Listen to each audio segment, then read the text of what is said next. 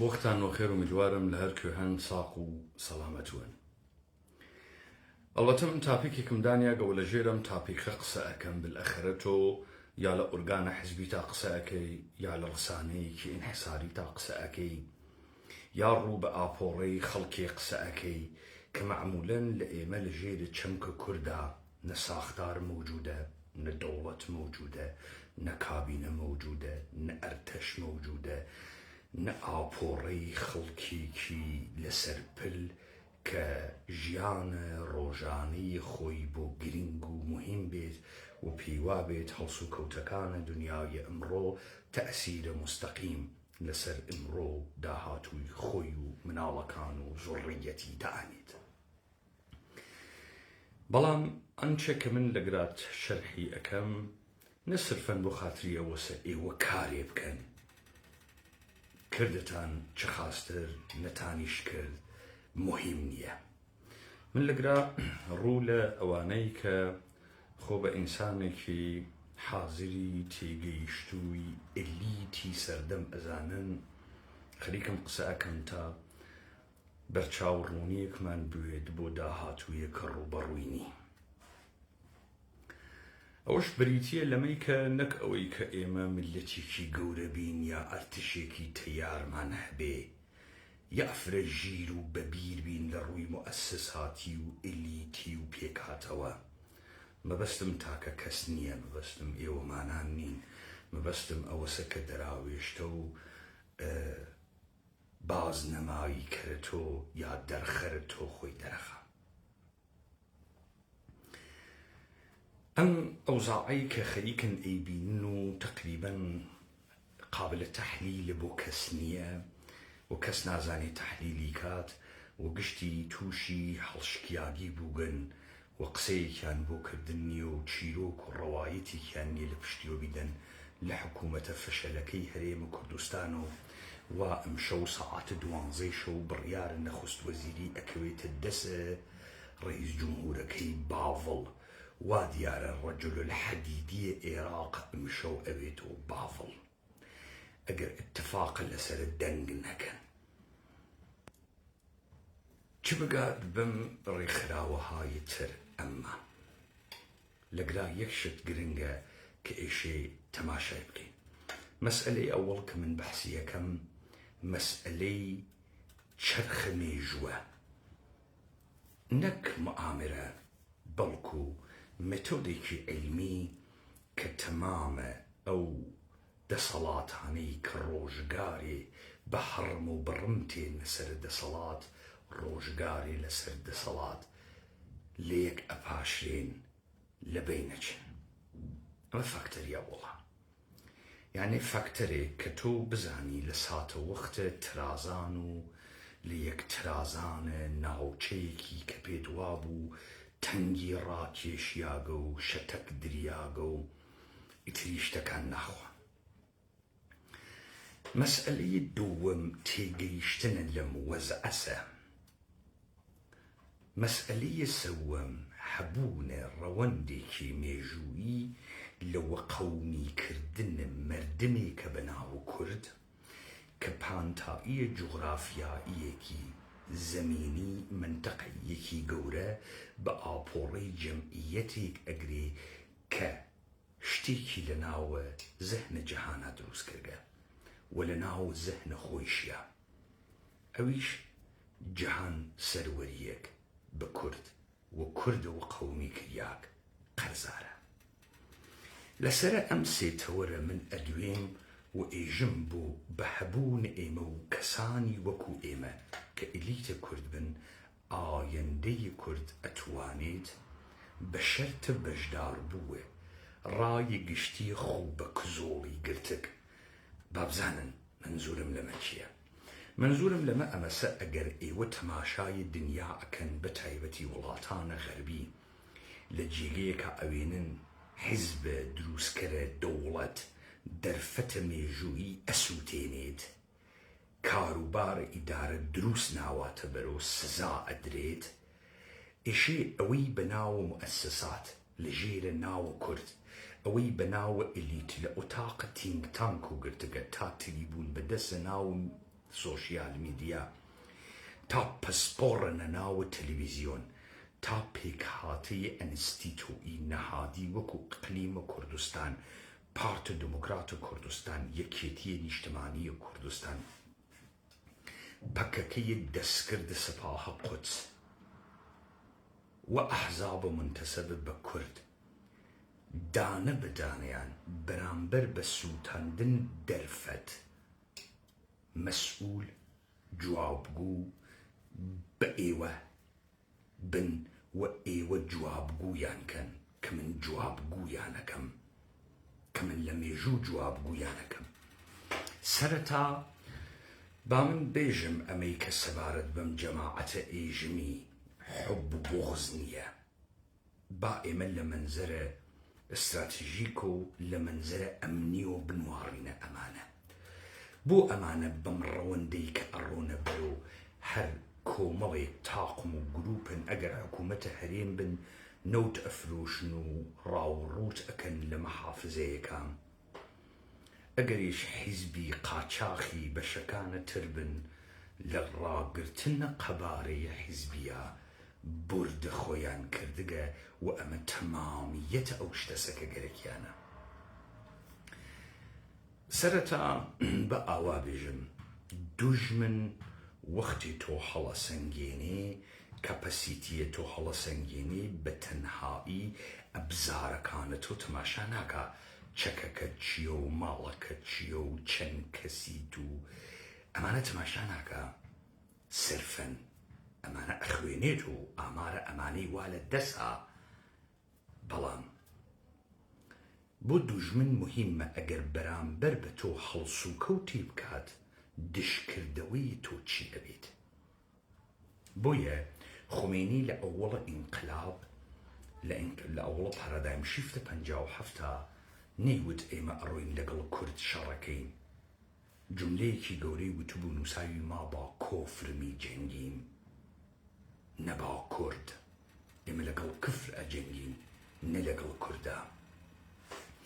بۆ چون خمینی ئەتوانێت لە ژێرە ناوە کوفر ئیدێ بکا بە کافر و پەراماریان با و ئیدەیەکی تر بڕۆنە ساوی ئەمنی ئیسلام بەڵام ناتوانێ هەڵگەڕێتەوە بێژێت ئێمە لەگەڵ کورد شەڕەکەین ئەو جار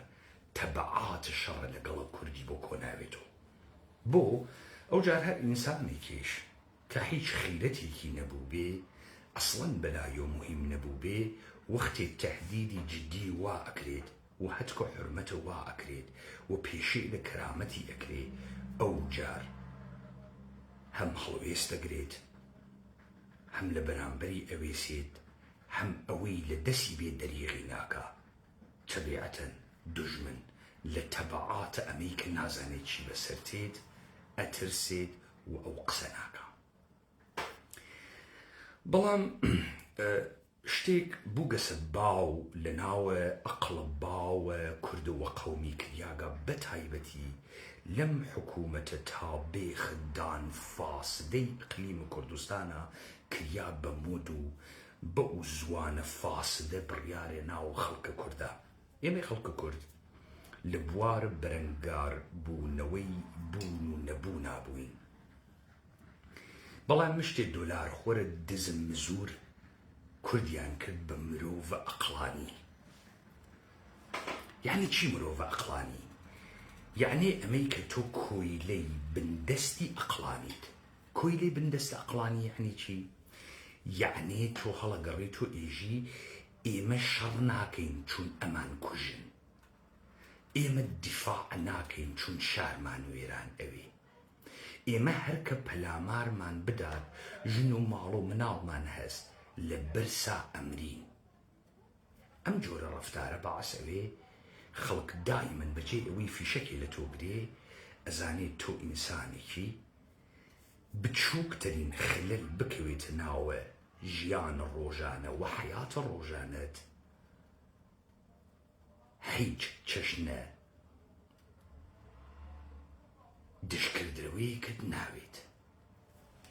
دوژمن دانیشی حسێ و کتێوەکە. ئەگەر من دانیشم بەم لە کوردێک ڕەتفعلی کورد چییە؟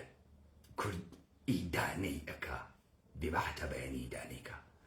ئەوەنە ئیدانەیکە تا ئیدانەکەری بێتە دەر. 1 ملیۆن جار ئیدانەیکە، بە توندی ئیدانەیکە، بە زەبر ئیدانەیکە تا گیانی تێتە دەر. دەیتخوا مەردمێ کاری بوێت و ئیدانەکردن بۆ خاستنی ڕۆژێ دەدافە بیگەی دە ئیدانەیەکە. ئەمە نوکتەیە وەڵ. یعنی تۆ وەختێ لە تەبعاتە کارێک بەرامبەر بە کەسێکەکەی نەترسی. بۆ دەوڵەتە ئێرانی ئێشێ لە من بترسێ لەبەرەوەی من کەسێ بووم دوای 30 ساڵ چوومە سوراغە هەڵەبجە. بەم گشتە گەڵ دڵپن و فاسدە وا لە ئەقلیمە کوردستان و کورد باز و کورد دڵسۆز و پوڵوە کوردایەتی ئەخوا من چوومە سەرە گڵکۆی تەک بە تەکە ئەوانەی وا لە هەڵەبجە کوژیان و ئەوانەی وا لە هەڵەبجە گۆڕیان. کوژیانەکان مهم نییەن، گۆڕیانەکان و گۆڕان کاریەکە مهم بوو. خەڵکە هەڵەبجە دوای 1988 ئیتر نەبوو بە خەڵکەکەی جاران.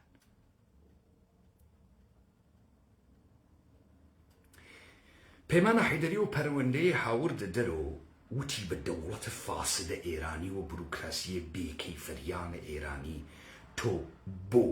ڕاگرتنە شەڕە دۆڕاوت ئەربابت سەدام حوسێنی وادار کرد کورد بکەیتەوە وەجه الموسالەحە. تۆ دۆڕاویت لەو شەڕە. تۆ هاتی کوردت کردە مشکە ئازمایشگاهی بە هەزارانیت بە ژن و مناڵۆ لێ ڕەشە کوژی کرد و تۆقاندت تا خۆمەینیە فاسدت، خۆمەینیە بێدەسەڵاتت جورئەتە سوڵحیتەکی سەدام حوسێنا نەبوو، جورئەت پەیاکە لە تۆقاندنە تەساویرە هەڵەبجە قەتنامەی 598 میزاکە. دەوڵەتە ئێرانی ئەزانێت تەکە منا دەرکەفێ ئەواقبەکەی معلوم نییە بەرەو کوێچێت. چون من ئارشیڤێکم بۆ دروست کردگە بروکراسیە ئێرانی موقعیەتە بێکەیفەریان ئێرانی تا قیامە قیامەت ئیشێ تاوانی بدات و من ئەو تاوانە ئەسێنم، من نەیسێنم. ئارشیڤێکم دروست کردگە کە لێ ئەسێنن. بەڵام مؤسساتە بەناو کورد، ئەنستیتۆهای بەناو کورد کاسبیان پێوە کرد. تۆ وەختێک بزانی دشکردەوەی تەرەفە مقابڵت لەگەڵ تووە یا هاوکارە تۆز یا جاسووسە یا خائنە بە مەردمە خۆیە، تو باکێکت نییە هەرچی بەرامبەر بە مەردمێ بکەی. تەماشای 500 درۆنەکە بکەن لە هەرێمە کوردستان دایان. هەرێمە کوردستان و حکوومەتە عێراقی ئەوت بەرە حەشت و شەعبی بگرە، ئەویش ئەیوت حەشت و شەعبی نییە، عاد بخلق يود حشد شعبينية حكومة الدروزن هريم كردستان. حشد الشعبي لتشهل كتائب وجروبي جور واجوري شيعة دروز بوغا لتشن جروبي جورا وجوري شيعة دروز بوغا كأواني بلامار هريم ياندا جزء حشد شعبي بون. اگر دولة العراقي والشياع السوداني بيزانيايا كسي كبلامار مالا آغاي نيچيوان بارزاني با نب كردستان مالا نيچيوان بارزاني. نيچيوان بارزاني مالا الشياع السوداني ادات بردرون حيج مالا تك عبابة بركان الشياع ادات بردرون حيج. نیروی نظامی و ئاپۆڕەیە خەڵکی تێرێتە سەر خیابان بۆت بەرەو بەغا پوتینەکان ئەچێشێت. شیاع سووتانی ئەیوت ئێمە چاری ناکەین بە چاوەزیم لێ دریا بەخوا چاریان ناکەین. ئەگەر دەوڵەتە عێراقی نەیزانیایە تۆ حیزی دشکردەوە چییە، دەوڵەتە عێراقی شتەکەقنە حەشتە شعبیەدا. بەڵام ئەوانە ئەزانن ئێوە ڕەفتارە ئەقڵانیەکەن. ئێوە ئەژین ئێمە بەرێ هیچ شەڕێک نییەین، حەز بە پێکەوە ژیانەکەین. بێشەرەفە هەرکە ڕۆژی دەجار نەتانگێت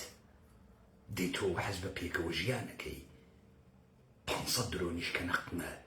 تووتەکان ناخۆی. ئەم ئەحزابە منتەسەبە بە کوردە بناوە ئەحزابە کوردە ئێرانی.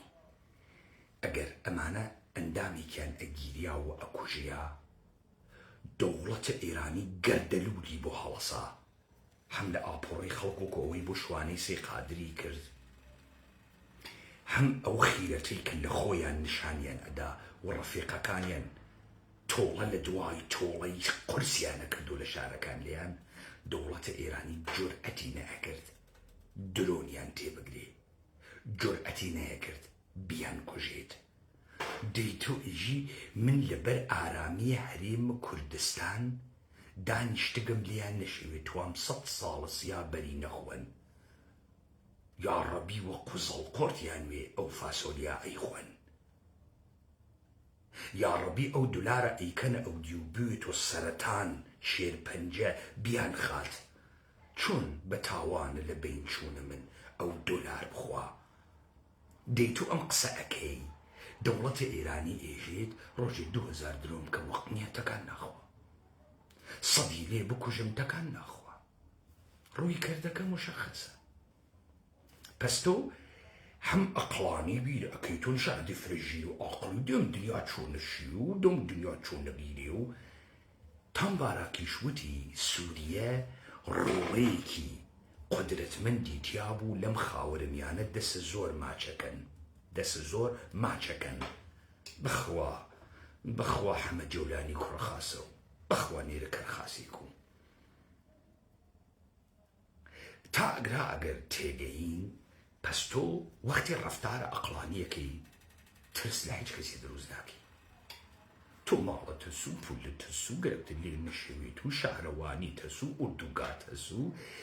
لەم کرۆزرە هەسوو نەتگەرەکە لێت بشێوێ. ئەمە ڕەفتارە ئەقڵانیە. ئەترسی پێت بێژن شەڕکەر و پێت بێژن تر و ئەترسی خەیرێ خرا و ئەترسی. ئەمە ئاغەیان هیچ کەسێ لەم دنیا حساو بۆ ناکە چون دەرگیر بوون تەکە تۆ کوشتنت تۆ هیچ هەزینەیەکی نییە، هیچ هەزینەیەکی نییە. بۆ وەختە شەڕەکەی عێراق ئەم سەدر چووە حرەمە عەلی لە نەجەف ئەمریکا پەلامارە حرەمە عەلی نەدا بۆ نەیدا چون نەی ئەزانی واکۆنشە شیعەیانە جەهان چییە، نەی ئەزانی تووشی چی ئەوێ، نەی ئەزانی لە ئەمریکا تووشی چی ئەوێ، نەی ئەزانی لە ناوچە تووشی چی ئەوێ، نەی ئەزانی لە سەرتاسەر جەهان تووشی چی ئەوێ ئەگەر پەلامارە حرەمە حەزرەتە عەلی بدات. چون نەی ئەزانی دەرنەتیجە پەلاماری نەدا. وەلی ئەگەر بیزانێ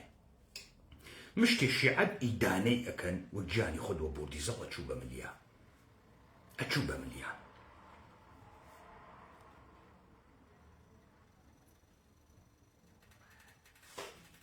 نکته دووەم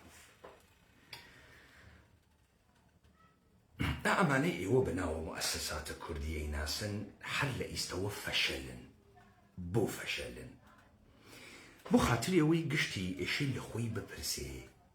باشە ئەهەمیەتە ئێران بۆ ئامریکا چییە؟ بۆ ئێران بۆ بریتانیا بۆ ئامریکا بۆ رووسیە بۆ چین مهمە بۆ ئێران مهمە ئەمە سوالە گەورەیەکە تا ئەو وەختە تۆیە کورد مهمی بزانە ئێمە یا مرۆڤە گەورە نەبووین یا مرۆڤەوە ملاکەوتگین یا حاڵیمان لەم دنیا نیە ئێمە چمانی فرە دڵتەنگ و کزۆڵ و بەچکە هەتیوین دائیمەن ڕووی قسەی خۆمانەکەین ئێمە مافی چارەی خۆنووسی مانگەرەکە ئێمە مافی شارۆمەندی مانگەرەکە دەی چاو دەرهات گەرەکتە دەی ملێشکێ دەیوە من چی بکەم کە گەرەکتە کورد بەمە کێشە سازە کورد لەگرا دەرمانە هیچ دەردێک نییە شایدم کۆمەڵە تفنگچیەوە دەردە ئەوە بخۆن و جار و بار بیانوەیتە جبهە و مەپە بەجێ هێزە پنتاگۆن یا بەجێ هێزە سپا یا بەجێ هێزە دەوڵەتان لە شەڕە نامەتەقارن کەڵکی لێوەربگری وەگەرنە کورد بە کوردە قەومی دەردە سەردارە وەسە ژنە وەمارە و تەواق و کەسێک گەرێکوێ بیخوازێ ئەمە دەردە سەردارە ئەمە گێرە و کێشەی وا لە شوێنە ماڵەکە غەشی واتیاوە دەرد ناخوا ئەمەسە کە دیسکۆرسە کورد ئایەتیە حیزبی دیسکۆرسە نامەرغوبە هیچ مەرغوبیەتێکی نییە بۆیە خۆی ئاوێزان ئەکا بە ئۆپۆزیسیۆنە ئێرانی ئۆپۆزیسیۆنە ئێرانی خۆی هیچ قودرەتێک نییە تا ئەم خۆی پێ ئاوێزان کە هیچ قودرەتێک نییە بۆ ئیاڵاتە متحدەیە ئەمریکا ئەوانەی ناو خۆی دەسەڵاتداری دەوڵەتە ئێرانی گەرەکە ئەوی تۆ خۆ پێیان سابت بوو بزانن شتێک هەست پێ ئێژن نووسەرێک لە وەسەتە قەرنە 20 و ڕۆمانێکی نووسالێ و دو ئەمە بوو بە دەستەواژەی علمێکی تازە پێ ئێژن داهات و خوێندنەوە یا ئایەندە پەژوهی پێژن سایکۆ هیستۆری سایکۆ هیستۆری ها بە شوێنە ئەوەی کە وەکو فۆرمۆڵەکان ڕیاضی و حسێب بتوانێت داهاتوو بە شێوەیەکی علمی بە گوێرەی اتفاقاتێک لە ڕابردووە کەوتگە بخوێنێتەوە بۆیە تۆ مەسەلەن یەکەم جار ئێژی کۆمەڵناسی مێژووی ئیبن خەلدونە بۆ ئیبن خەلدون تاریخە خەتی نانووسێ ئیبن خەلدون تاریخە ڕەوایی نانووسێ سوڵتانێ بوو کە لێ سەری زل بوو لە بەغایە بوو شەهرزادە چیرۆک بێژی بۆ ئەو قسانە ناکە ئیبن خەلدونێک تێت و ئێژێت حەزارەتەکان چۆن دەست پێەکە چۆن ئەگەنە شکۆفایی و چۆن تووشە ئینحیتات و هەزیز ئەون وە لە بینەچە کەواتە ئەمە وردە وردە فۆرمۆڵێک ئەداتە بەرەدەستەوە ئەوانەی مێژووی ئێرانیان خوێند بێ لە ئێران چوو بێتنە مەدرسە لە بەشم مێژووە دائیمەن شتێکت پێژن بەناوە ڕوسۆفیل ئەنگلۆفیل ژن ئێران ئیمپراتوری بووگە و ئیمپراتوری قاجاڕیە بووگە و رووسیە و بریتانیا دائیمەن لە شەڕاوگن لەسرە ئێران جا دەنگەکەشی وا تێرنەوە کە ئێران چون بریتانیا کۆمپانیە هێندە شەرقی لە هندوستان بوو ئەمنیەتە ئێرانی بەلاوە مهم بوو بۆ پاراستنە هندوستان مەشیایە بەری بە رووسیە بگرتایە ئەمە بزانە تۆ وەختە ئێژی تئۆریە موعامەرە یا تئۆریە تەوتەئە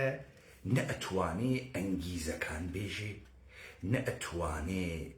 ئەهداف بێژێت مثڵەن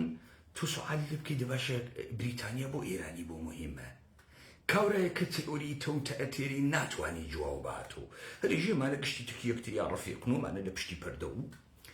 بەڵام من ئەتوانم بێژم بریتانیا بۆ ئێرانی بۆ مهمە ئەوسەر لە دیسکۆرسە کوردایەتی وتم ئەم ڕەفتارە کە بریتانیا ئەیکا بەعدەن کەسێک تێت و ئەمە تئۆریزە ئەکا یەکەم جار چەمکێک دروستەکە بەناو ژئۆپۆلیتیک جوغرافیای سیاسی کەسێک دروستیەکات جوغرافیدان حشر ناس و جانور ناس سیاست مدار بناوه هالفرد ماکندر لأوائل قرن 1904 هالفرد ماکندر دکتورین یەکتێرێت کە تەمام ڕەفتارەکانە بریتانیا تەوجیهەکە سەرەتا با بێژم هەر لە قسەکەی خۆیشیان دیارە هەر لە قسەکەی خۆیشیان کەم ئێستا بەحسیەکەم دیارە دیاردەی ڕوو ئەدا لێو دوات تئۆریزەی ئەەکەی شتێ تئۆریزە ناکەی کە بەعدەن ڕووی بدەی منزورەکە ئێژم یعنی بریتانیا بەم دکتۆرینە ڕەفتار ئەکا بەڵام ناتوانێت دەستەبەندی بکا وەکو علومە تەبیعی ئەمە پێژن دکتۆرینە ماکندر چون جغرافیا شناسە و گەرەکێسی علومە تەبیعی بێرێت و سیاسەتی پێشبینی بکات تێت حەزارەتەکان و تەمەدونەکان ئەکاتە دوو بەش تەمەدونە بەڕی و تەمەدونە بەحری تەمەدونە دەریایی و تەمەدونە وشکایی هەرکامیان پێناسەیەگە کاژێ تەمەدونە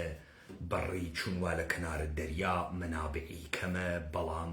تجارەت ئەکا لە تجارەتە فراوانی هەست سروەتی هەست بازاڕەکانی گەشاون خەڵکەکەی خەڵکێکی ئەهلی دڵ و ئەهلی خۆشی و زەقین و پوڵ خەرجکەر و شاد باش و بنووش و ئەهل دڵن یعنی ئەرەستووی ئەنوارنە دنیا إجا طبيعة بري أما طبيعة بري منابعي فريهس بلام بدليل كمبودة أو بدليل دسرسي نبونا چی بيجن باشورت فاصلي نشتجيبونا كان ليكتدي فرفرس إنسان كاني بيشتر أفلاتونين تەزاد دەکان یەکجار بەرچاون گوڵ لەوێ بۆی یەکجار خۆشە تەزادە شەو ڕۆژتەکە یەکتریا فەرقەکە ڕۆژ گەرمە شەو ئەوێتە یەخبەنان خلاصە تعاریفێکەکات کە مرۆڤە تەمەدونە بەڕی مرۆڤە ئەفلاتونیە یعنی بیشتر وا لە ناوە دنیای متافیزیک و ئیدەئال و ئەوانە ئەژە مرۆڤ بەحری مرۆڤێکە کە هەرزگاهێک مەکیاویلیستی ئەوێت و منابع کە کەمتێنێ پەلامارە مرۆڤە بەڕیەدا و تەمەدونە بەڕیەکانەدا بریتانیا تەمەدونە بەحریە یاڵاتە متحدەیە ئامریکایش بەحریە تێت ئێژێت گەورەترین بەشە وشکایی دنیا کە ناوی ئەنێت پیڤیتلاند یا هارتلاند رووسیە بەشێک لە چین شمالە ئێران بەرە دەریای خەزەر تەمامە شمالە ئێرانە تا تەنگەی بوسفۆر ئەمە پێ ئێژێ هارتلاند وێژێ هارتلاند یەک سێوەمی وشکاییەکانە جەهانە سەرشارە لە مەنابعە ڕووسە وەحشی تیا دانیشتگە ڕووسە وەحشی بەم قودرەتە لە زەمین گرتەگێسی قودرەتمەندترین بەشە تەمەدونی بەشە بەڕیە و ئەتوانێت تەمەدون بەحری لەبەی بووە تەمەدونە بەحری بۆ خاتریەوەی بتوانێت تەمەدونە بەڕی بەرپێ بگرێ ئێشەی لە شەڕوێ لەگەڵیا وأوجا جيرة هارتلاند كأكاتا منطقية خاورميانة بشكل قورة لم إيران سرزمين كردوار تا أغاتا بشكل أوروبا تا هندوستان تا چين بي إجي ريملاند إجي أمانا وصلا بدريا إجي بخاطري وي هارتلاند كنترول كي إجي ريملاند لدساوي بۆیە لە قەرنە 19 بریتانیا 125 وشکایەکانی دنیای لەدەسابوو تەمامیەتە ڕیملەندی لەدەسابوو ڕۆژهەڵاتە ناوەڕاستی لەدەسابوو مصری لەدەسابوو هندوستانی لەدەسابوو چینی لەدەسابوو تا بتوانێت ڕووسیە مەهارکە ئالەگرە تۆ ئەفامی بۆچی جەنگە کەریمەکەن بۆچی ڕووسیە تزاریە بریتانیا پەلاماریەدا بۆچی ڕووسیە کۆمونیستیە ئەمریکا و بریتانیا پەراماریەتە بۆچی ئیستا ڕووسیە لیبراڵیە دیسانەوە ئەمریکا و اتحادی ئەوروپا و بریتانیا پەلاماریەتە ئەگەر لەمە تێگەین من ئەمەوت ئەم دکتۆرینە کاری پێەکەن من کارم بە منیە دروسە دروست نییە عیلمیە حەزی پێەکەین حەزی پێ ناکەین فرە ئەحمەقین فرە ژیرین ئەمە کاری پێەکەن ئەمە ئەهەمیەتە ئێرانە بۆی ئیشی گەورە بێ بۆی ئەڕوا ناسیۆنالیزمە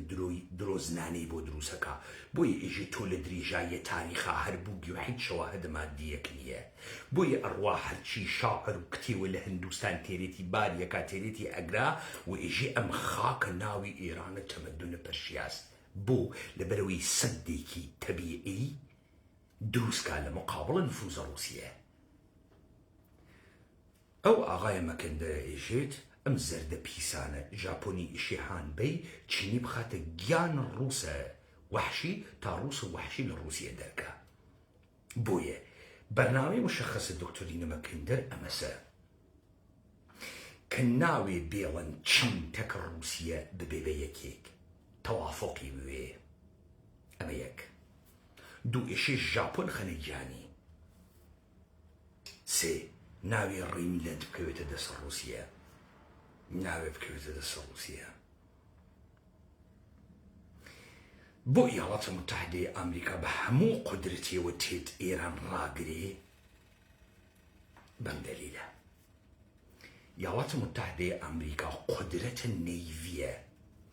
تۆ لە تەزادە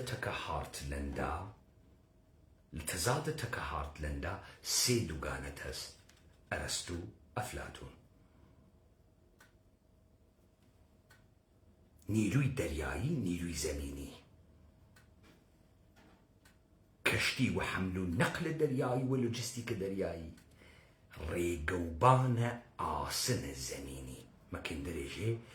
ئەمانە بە حوشتن و بە ئەسب دنیایان گرت مۆغۆلەکان هەر لەوێ هاتن دنیایان گرت ئەگەر ڕێگە ئاسنیان بوێ دنیا خۆن ئێمە نابوو دەکەن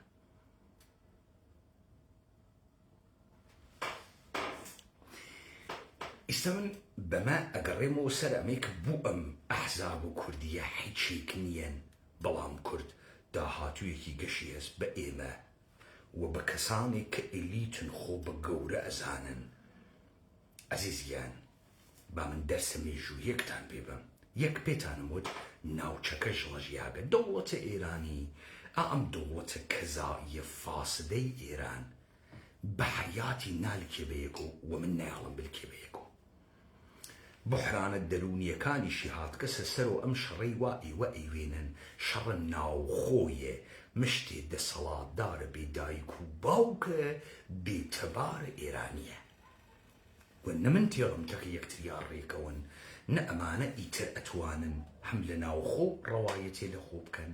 هەم لە ناوچەکە ڕەوایەتێ لە خۆ بکەن هەم لە جیهانە بزانن من ئەزانم مردمە عادی عەقلی وەم شتانە ناگە مەسەڵ مردمەوە زانێتە عێراق وڵاتە عێراق وڵات نییە عێراق گەندەڵستانە فەیڵد ئستەیتێکە ئەلا ڕقمەوەی کە $2 هەسوو سەیارەت هەسوو ماشینت هەست عێراق لە ناوخواانە وڵاتە لە ناوخۆ نە لە منتەقە عەدەد و بازیگەرێکە نە لە جیهانە ئەسڵەن مەوجودە کەواتە تۆ مەوجود نییە تۆ فەیڵستەیتی بەڵام ئەمە چی ئەیفامێ کەسێک کە سیاسەتمەدارە کەسێک کە لسطح بين المللي وجهان خليك أويني كسيكا حاليا سينا إنسان بدبختي وماشني ولا جيري بيا وزين تم عاشق لي إراق خيلي مهمة نو تفروشي إراق مهم إراقي جنية إراق مقصو بومب بنزيني نو تفروشي بولكي وفساد لبيني يكتريا بخشي كنو إراق ولغاتنية دولة إيرانيش نابود بوغا لقرا اوي كأهمية إيما وإيمي كردرخا ديسكورسيكا كيا روسيا يا بريطانيا وأمريكا مطمئن أكاد كرد ودردخوا أم ديسكورسيكا كآخيزسي آخيز بديل بروكراسية إيرانية إيران من نايلم سقام بقري سيناريوكي سوريتان وبير بيرم سوريا شيويا مظلومة أحمق فاسدتان دي خصوبا جاهزان فرنيلو يبو حمد جولاني شلولا وهات حفت زار نيلوي نبو حمد جولانيان هەڵبژارد سوالە هو بۆ حمد جولانيان هەڵبژارد ئالەگرا من جواوە ئەوەتانە دەمەوایژی و هیزمان نییە تۆ بە کەڵک نایی 150,000 حیزە نەبوو لە سووریە دە بەرابەر ئەوان نیرود نەبوو تۆ دووشت بووی تۆ نە جوابت دەمەشق بووی ئاڵتەرناتیڤت دەمەشق بووی نمروفيكي بد الصلاة بوي كبتواني اعمال السلطة بكي داني اخواري بوي وكو ميمون هلا دخستو خوت التقاندو خمارو توكينو جنجينو جيجي ازاديو داني فاسدة همكار اسد وهمكار ايرانو مزورة املا ومزورة اولاوي احمد شريان هل بشارد لقرا كرد باخيز ئاپشنێکی تر ئەدا بە ئەمریکا ئەگەر کەس لەم ئێرانە کە ئەی شێوین و سەقام ناگرێ ناتوانێت کۆنتڕۆڵە تەواوە ئەم مەنتەقە بکە ئێمە توانین بکەین ئێمە کوردە قەومی نیین داوای ئوستان و کوردستانیش ناکەین تا بۆ تۆ دەردسەر دروستکەی ئێمە تەمام ئەم سەرزەمینە کە سەرزەمینە ئێمە سەیگرینەوە و ئێمە ئیدارەی ئەکەین بيارمتي وخلقه اما السرنج راكيش اما پرونديك اخات سر پرونده كان اما ابشنك اخات سر ابشنه كان بعد ان ورنو راح برايتي اما جديه غير قابله بيشوينيه توان اوي هس كيوس جموكاتو وسقامي تيا دروسكا امنية مد النظر دروسكا جا خا روسيا بيت خا بريطانيا وامريكا بي ام موقعيته فقط ايما اسمع الترناتيف بروكراسية ايراني ايمين منيش لقل امانة بامانة بيامم دا من يك ديسكورس من كرد قرقة برو بديسكورس كي خوتو حالي خرو بولو قرد اصلاحا قرد تير خوارد نوشيان تو بحج خوي ناقي ومن بتوتم تو بحج خوي ناقي ولي إما أبشن كرد أكينو بيشم خوشة راي قشتي كرد آقا داروي أما بفوتي دي شيخي تكتكيان مقرن وحرشي تريبونو إمكانات الاختياريان قرتقا مجالك دروس ناكن ديسكورسيك يقدس بيري ندرو من يكبر بو هميشه دصلاة كردان بو كردان اشي بقرين مو بحر طريقي بوغا بحر بهاي بوغا اي قرين مو ونايلم ام دولة فاسدة هزار تيكي ليفتشن تيكي ايرانية خوي بقري نايلم ونايلم كرد باز بو خاطر حفظ اردوغاه خويو $1,000,000 برو نابودی من بو احیا کردن بروکراسی ایرانی بواتو کاکیه پۆڵت گرت من فیلمەکانم دی ئەو بەدبەختانەی وا لە ژێرە چادرا بوون ناڕاحەتمی کرد ئەو ئوردوگا فەشەلانەی کە بوون و دریابوونە بەرە درۆن ناڕاحەتمی کرد ئێوە چواردانە چەکدار و گەجکار و بەناتان تیا نەبوو ئەم مودەتە نەتانتوانی چواردانە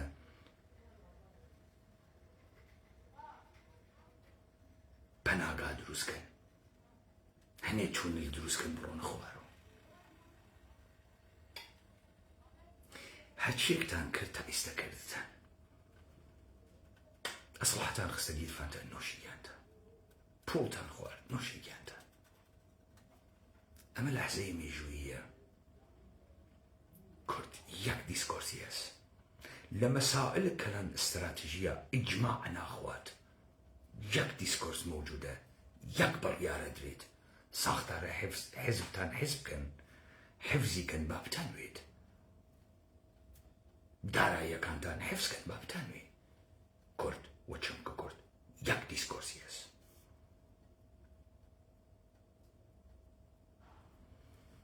ئۆپۆزیسیۆنی ئێرانی موجود نییە گشتیەشی بێتە ژێرە باڵ و پەڕ ئێمە ساختار بروکراسین ئێمە خود ئەستەیتین و خود دەوڵەتین و ئێمە سەقام دروست دەکەین ئێمە ئەتوانین ڕیملەند ئیدارەکەین و ئەیکەین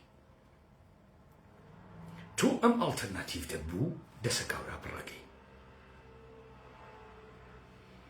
دیسانەوە گەڕێنەوە سەر قسەکان ڕەهبەرێک لە ناوە خاوەرمیانە جەل بە نەزەرەکە کە ڕەهبەر موقتەدەرێک بێ زۆر و جنایەتکارنە موقتەدەر لە بڕیاردان نەترسێ بتوانێ بڕیار بە وە لە پای بڕیارەکەیە بوێسێت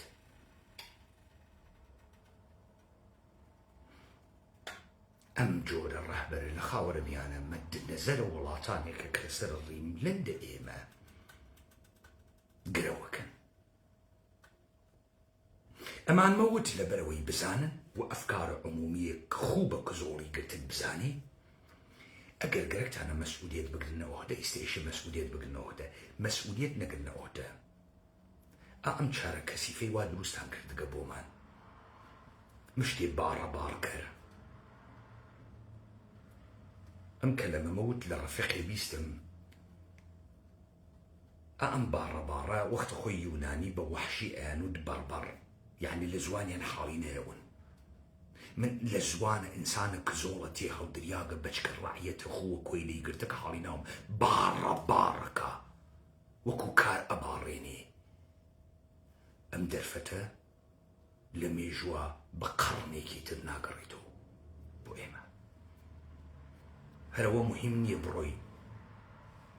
جووت بووی مناڵێ فڕەبەی مناڵ داهاتووی گەرەکە شخصیەتی گەرەکە کەرامەتی گەرەکە خوێڕینە خەجاڵت ناکێشن هیچ میراسێکتان بۆ مناڵتان بەجێ نێشکە سەرشۆڕە دنیان لە هیچ کوێ دیار نیین کەس وا هیچمان نازانێ ئەوە سەخیفن لە جێگەیەکە پەروەندەی گەورەی لە خۆتان دروستکەن دروستیکەن دنیا شێویاکە زەمەدەیت هەر کەسێک ژێ حکوومەتێک موجود نییە لە ئێران مؤسساتی موجود نییە بازاڕێک و بازرگانیە موجود نییە گشتی چاوەڕوان و دەسە زەرانی وێسیاگە ئەمە نەتیجەی تەفرقەیەکە لە ئێمە دروستیان کرد تەکەسورمان هەست غەڵەتتان کرد تەکەسورتان هەست کورد یەک دیسکۆرسی هەست یەک دیسکۆرس بەسە کاکە گیان هەرچیەکت کرد بەسە نەتزانی بەسە زانیت بەسە جواو ناتاتۆ ئەم دەرفەتە مشکڵی بۆ دروست ناکەن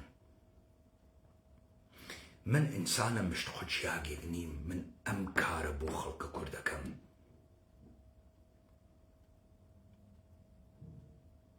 و پێتانێژم کورد یەک دیسکۆرسی هەست ئێمە ئاڵتەرناتیڤ بوروکراسی ئێرانی دەوڵەتە ئێرانی لیاقەتە مالکیەتە سەرزەمینی نییە نێسێ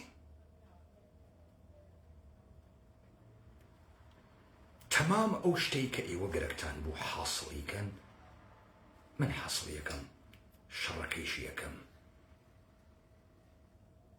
واللي بم وزئية اللاجة إسرائيل حف مليونها حف مليونة شك أو كارناكا شك الدنيا بين بأي حيزن شك نايكا روحيا آرمان أقلانية ديكا توشي دروي لدرونتا قوروي لدرونتا تابتواني قوري بنويني وقرنا إسرائيل هنا إيوه وايا استروجي بيزدحفة تجاوزين بيتانا كرد و22,000 كيلومتر مربعين بخوا ومشتكوريكينو إيران صو برابرية مقورسو إيران 2500 سالة دولتي يسو مقر واقصا لكن إسرائيل 22,000 كيلومتر مربع أستانا كرماشان 27,000 كيلومتر مربع 5,000 كيلومتر مربع لإسرائيل قورته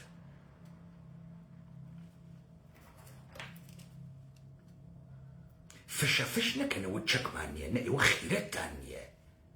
نأي وناتوان بريار بدن مالا بريار تانية إيوه هم خوتان أقلاني نشان داغا وحيز هم مردمكتان حيز وأقلاني كرقا أو إنساني وابقوري نجي بكرامة وبقد بالاي خوي نجي بمري خاستره بمري خاستره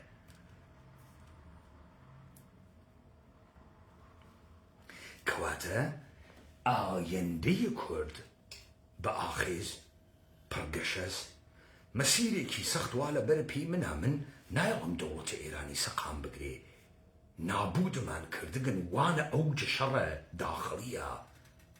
من نايلم من أمبيسر وبرانا أناسم ونايلم حش توافقي سورة بقري ولي بيتا نجم للايانا چمكو كردو بنيات دولة إيراني نانين پولا قرتان چكا قرتان خوشية كرتان خو پنج قلانيش ناقاوة بيش مرقا كانتان چوار هفته نارونا حمام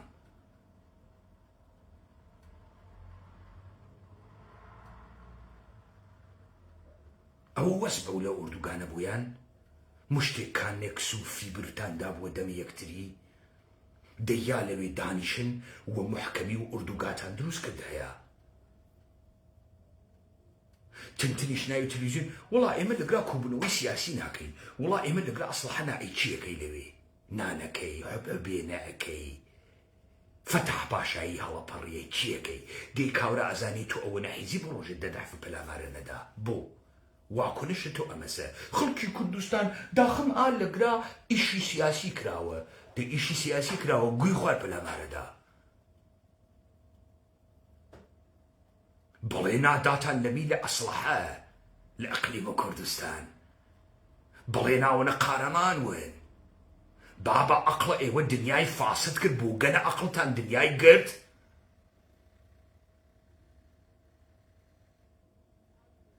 أم شوار روجا نان خواردنا أما ناهيليا ونحيزويد والله أيوة 6 سالة بيشا ونحيز نبون لكي وتايس ونحيزو قرد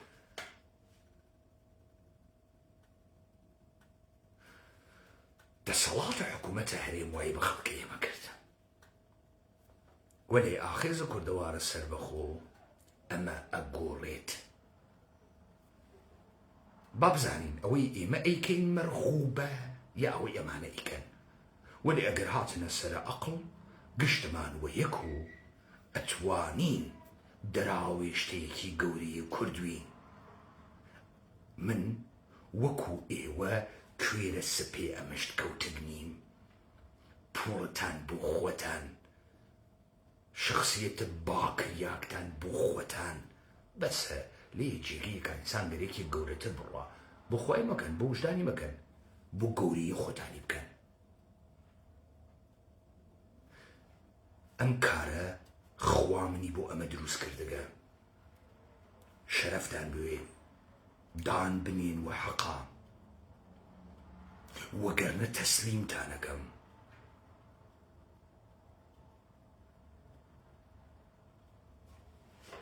تسليم تانكم